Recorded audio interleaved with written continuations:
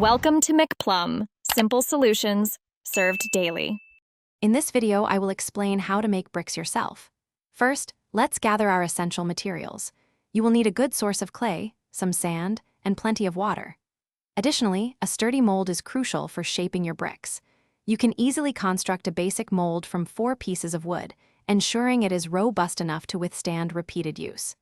Make certain your clay is clean and free from any large stones or organic matter for the best results. Now, let's prepare our brick mixture.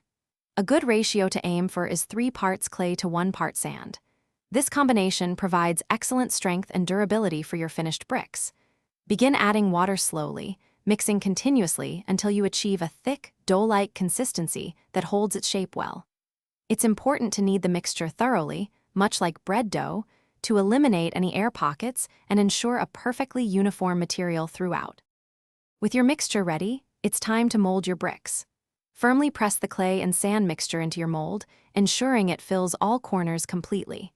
Use your hands or a small tamper to compact the material tightly.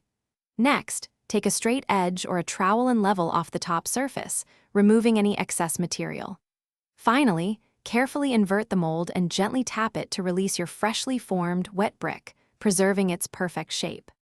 The final crucial step is drying and curing your new bricks. Place your wet bricks in a shaded, well-ventilated area, away from direct sunlight, to air dry slowly.